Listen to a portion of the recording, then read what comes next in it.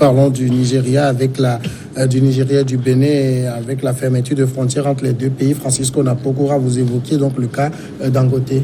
Oui, donc je disais ce que Chris venait de dire, qu'il y a la surtaxe des marchandises de Dangote, essentiellement le ciment, qui nous envahit, qui a envahi toute la sous-région et qui a des impacts également sur les économies respectives, les industries dans nos pays.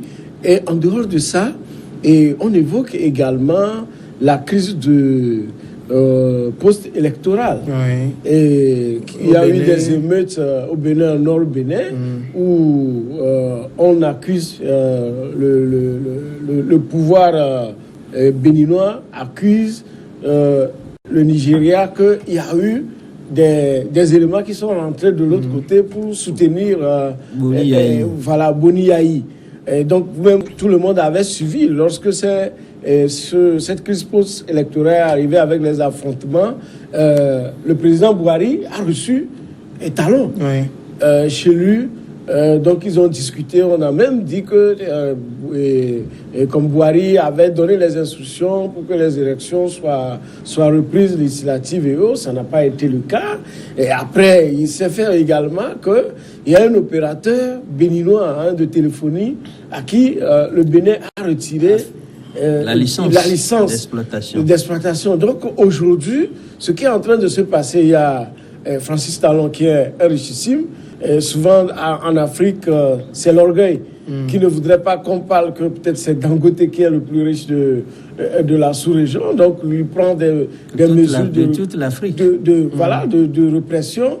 Et voilà. Or, ils oublient aussi qu'à côté, le Nigeria, c'est la puissance de la sous-région. Déjà, il y a 3 ou 4 ans, lorsque le Nigeria avait décidé simplement que on n'importe plus les voitures d'occasion dans son pays, lorsqu'il a fait pour pouvoir faire travailler les usines qui montent les voitures localement, on a vu que la crise est tombée sur le Bénin, même le Togo, où les Libanais ont fermé les parcs et ils sont partis, donc l'économie a reçu un coup. Donc voilà ces choses qui, on ne sait pas jusqu'à quand ça va...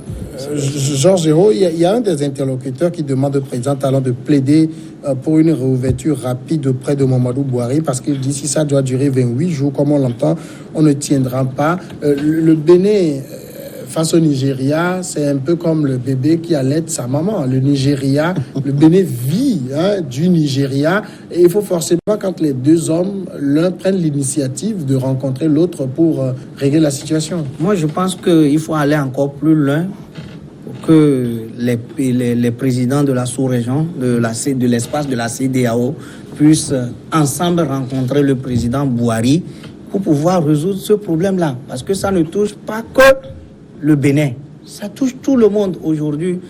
On importe beaucoup du Nigeria.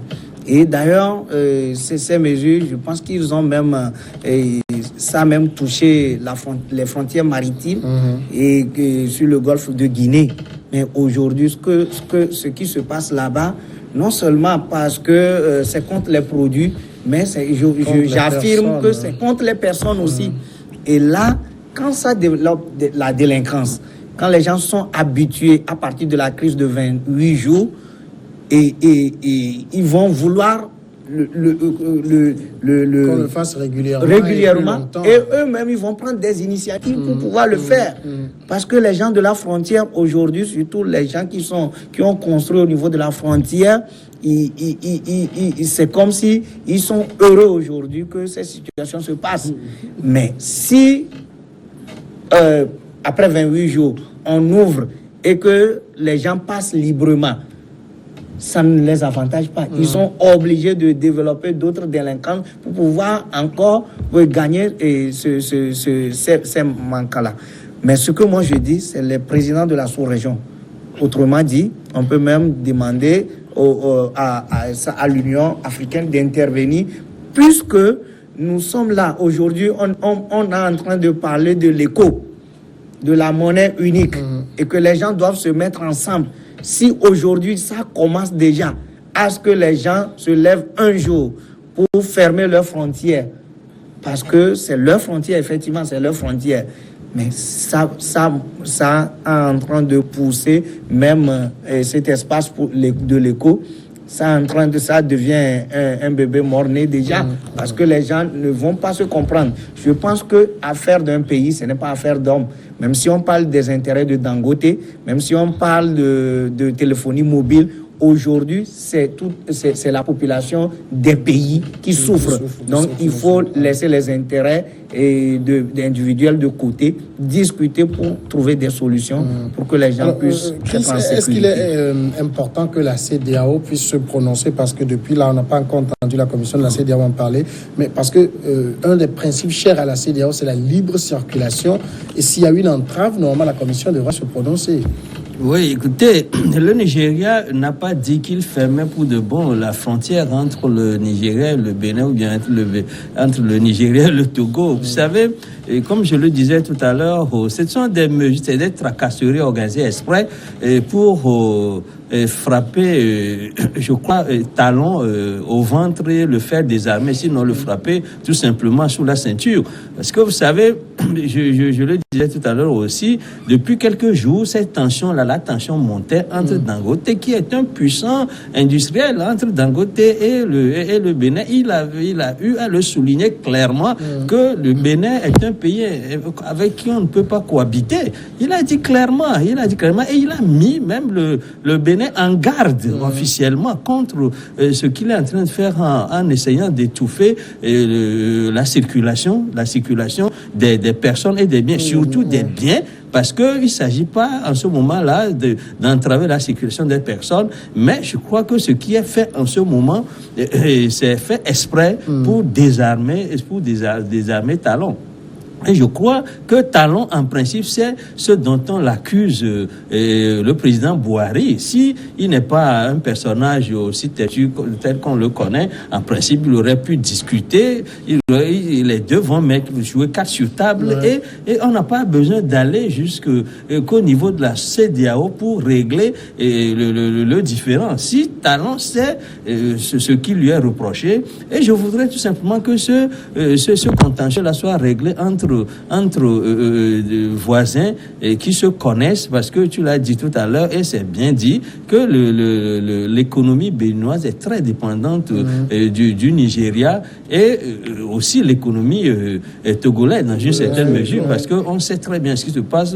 Tu l'as dit tout à l'heure, que depuis que cette frontière-là est fermée, on a commencé à enregistrer des incidences majeures sur la circulation du pétrole, par exemple, parce que vous savez que le boulet dont on parle vient uniquement que de là, et déjà les prix renchérissent sur le marché, et peut-être que c'est au plaisir de ceux qui installent les stations d'essence un peu partout. Maintenant, vous savez, à Lomé, c'est à tous les 50 mètres qu'on trouve les stations d'essence. Ce n'est plus à 1 kilomètre ou à 2 kilomètres. Ça veut dire que c'est un marché juteux, et un marché juteux, tout le monde a compris. Ce n'est pas seulement ceux qui exploitent les stations d'essence qui comprennent cela. Moi, je voudrais dire tout simplement que Talon sait ce qu'il a fait, et qui met le Nigeria dans cet état-là. Ils peuvent discuter à deux très rapidement pour qu'il n'y ait pas escalade.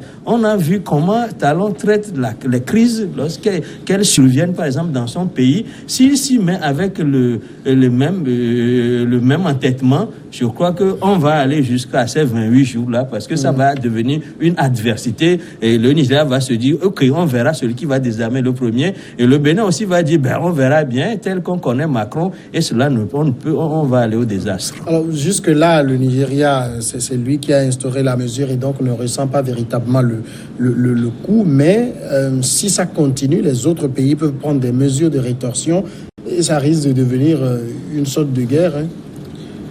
Non, le monde est fait aujourd'hui, notre monde est fait de guerre. Et Talon, apprenant ces mesures, je crois qu'il n'a pas tout mesuré.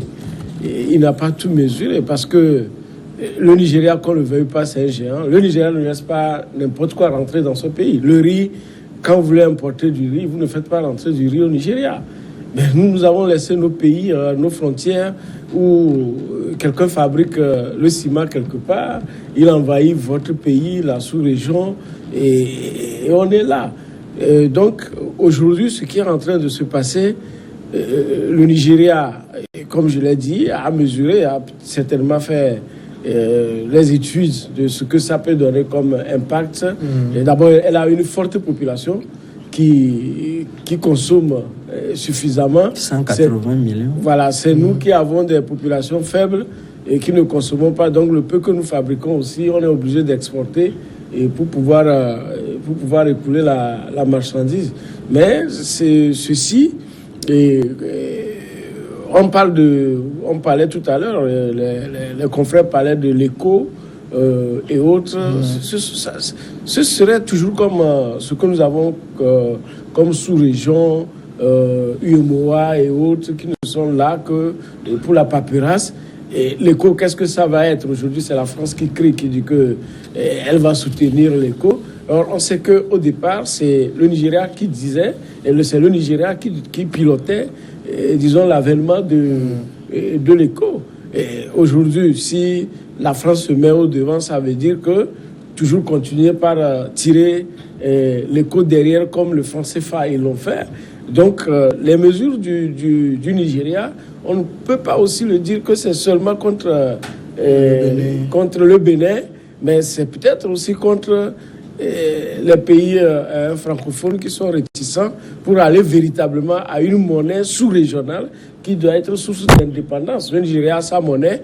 Lorsque ça fluctue, on sait, il joue aussi là-dessus. Ils peuvent baisser la monnaie pour pouvoir favoriser l'exportation et l'augmenter au moment où ils ont besoin. Et puis, bon, voilà. C'est l'économie qui joue. Ils ont la maîtrise de ce qu'ils sont en train de faire. Et donc, voilà. D'accord. Le second sujet, nous parlons de la santé. Se dirige-t-on vers la fin de la poliomyélite? En tout cas, l'Afrique, qui vient de connaître 3 ans sans aucun nouveau cas, est en passe d'avoir éradiqué le virus de la poliomyélite sauvage. Selon l'Organisation mondiale de la santé, ce succès a été rendu possible grâce à de nombreuses mesures mises en place sur le continent, même s'il reste encore quelques efforts à fournir. Il s'agit de l'aboutissement d'un effort entamé en 1988 en Afrique, où le virus sauvage de la poliomyélite touchait plus de 400 000 personnes par an. Il y a plus de 30 ans, donc son éradication est alors devenue un objectif mondial. Aujourd'hui, le continent africain est en passe de toucher au but. Plus aucun nouveau cas n'a été signalé depuis août 2016. La vaccination de routine y est pour beaucoup. C'est vrai, Chris Ega, qu'on ne parle plus vraiment de poliomyélite comme on en parlait il y a 15-20 ans. C'est une bonne nouvelle pour le continent. Une très bonne nouvelle, mais quand même, il y a quand même une exception qui confirme la règle. C'est vrai que le cas polio n'est pas aussi abondant du tout comme par le passé, mais il y a quand même 3 pays dans le monde et le pays africain dans lequel on trouve cette maladie-là, c'est le Nigeria. Vous comprenez bien pourquoi. C'est surtout au nord du Nigeria où pendant longtemps on a considéré que le vaccin polio est haram, c'est-à-dire contre les intérêts des musulmans. Et puis aujourd'hui, c'est vrai que l'Afrique va vers l'éradication totale de cette maladie. On doit s'en réjouir parce que il s'agit d'une maladie qui touche l'homme au moteur. Quand je dis l'homme, c'est homme, les enfants, filles comme garçons, au moteur, au niveau de la locomotion, ce qui est très grave. Et qu'on soit en passe d'éradiquer ce mal-là, c'est bien. Mais seulement ce qui se passe aujourd'hui au Nigeria, il faut bien noter que vous savez que un certain nombre de personnes sont touchées et ils gardent cette maladie-là, le virus comme réservoir et puisque c'est très contagieux, ça va d'un homme à un autre très rapidement et surtout avec l'insécurité qu'on vit au nord du Nigeria. Aujourd'hui, les gens sont obligés de franchir la frontière avec le Cameroun, frontière avec le Niger, avec le Tchad, etc. Il faut que et on renforce le processus même de la vaccination aussi dans ces pays-là pour que le Nigeria, le nord du Nigeria n'exporte pas ce virus-là vers les pays voisins et comme cela et créer encore un foyer de propension de cette maladie-là. C'est vrai, il faut s'en réjouir, mais la question du vaccin, je voudrais le dire en même temps, si pendant longtemps certains, notamment les musulmans, les États musulmans du Nigeria se méfiaient, c'est parce que ils se disaient quand même, mais c'est répandu que c'est par ces vaccins-là que les Européens qui nous voulaient jouer à maîtriser la natalité dans les pays africains, surtout la surpopulation, c'est ce qu'ils disent. C'est par ces vaccins-là qu'ils introduisent certaines maladies, certains virus qui déciment. Là, je parle de Ebola, je parle même aussi du virus du sida. Et il y a toute une histoire autour de ça.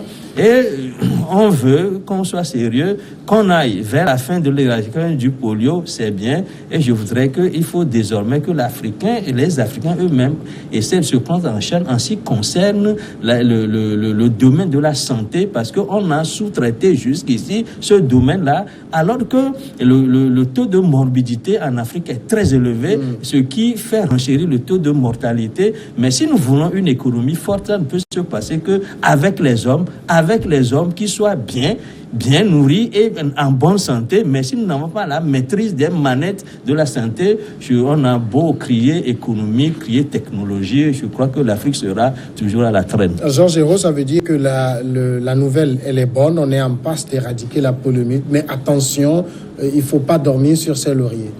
Oui, gloire à Dieu, on a...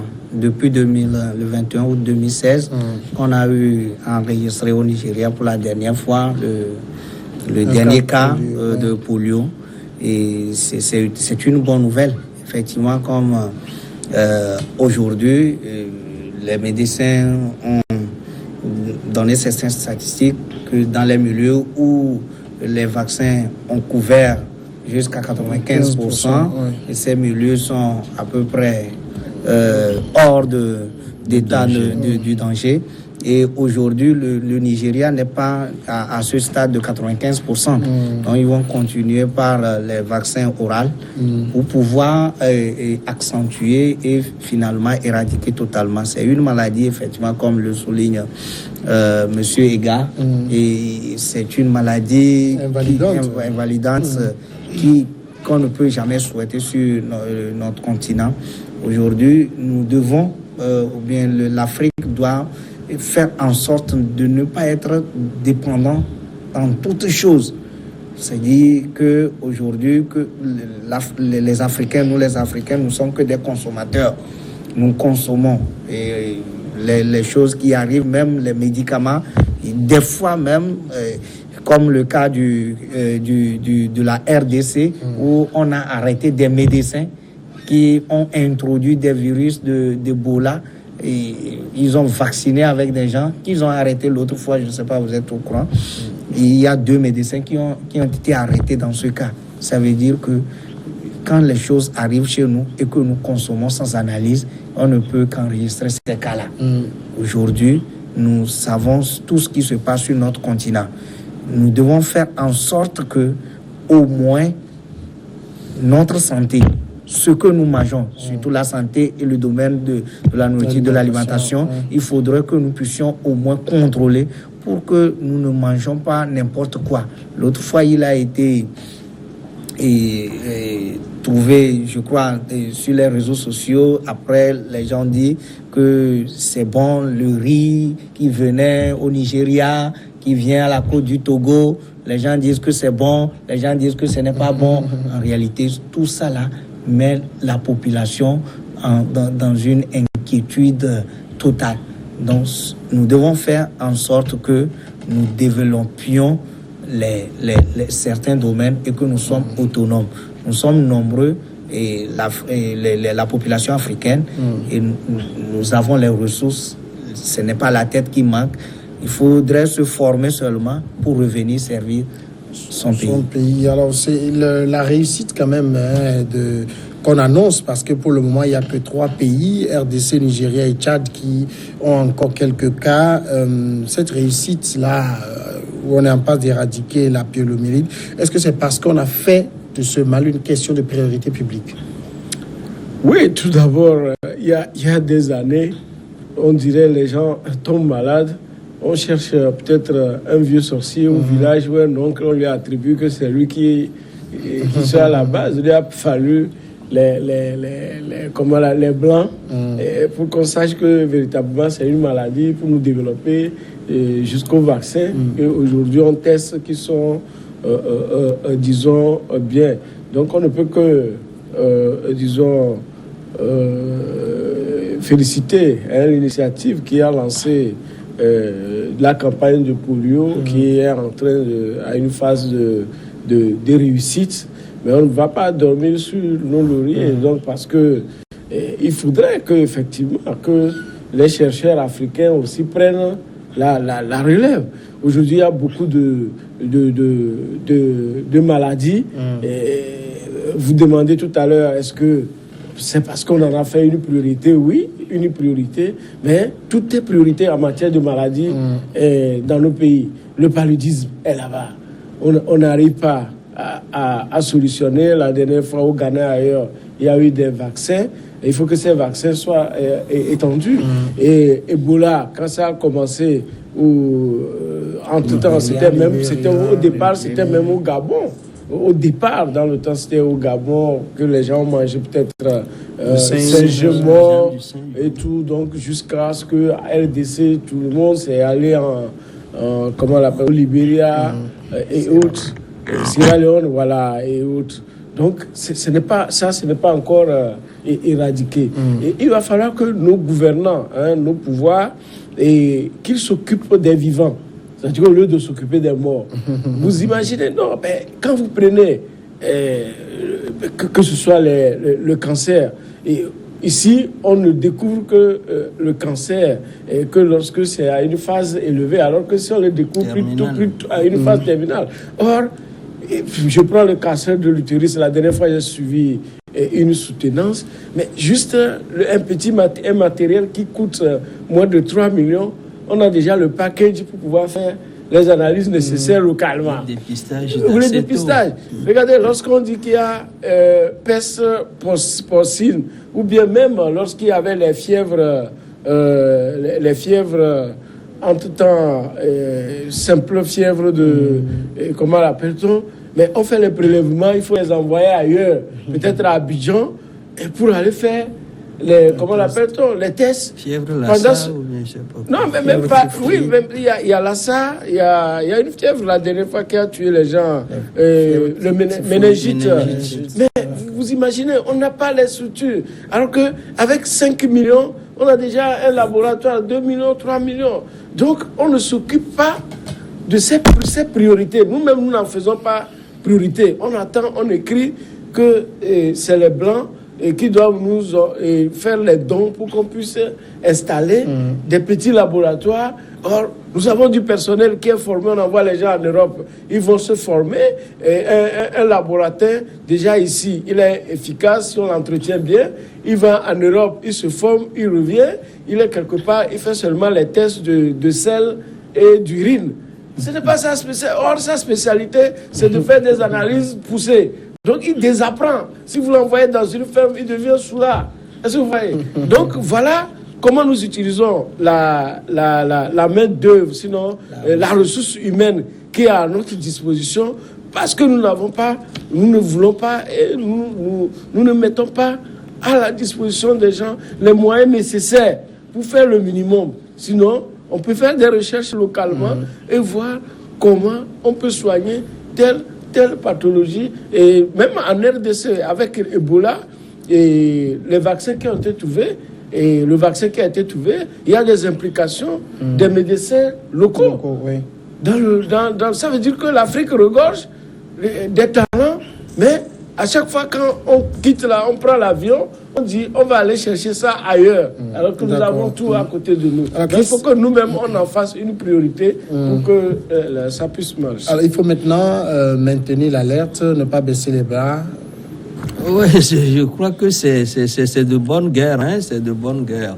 Et tu as cité les 3 pays qui sont encore un peu, qui sont à surveiller.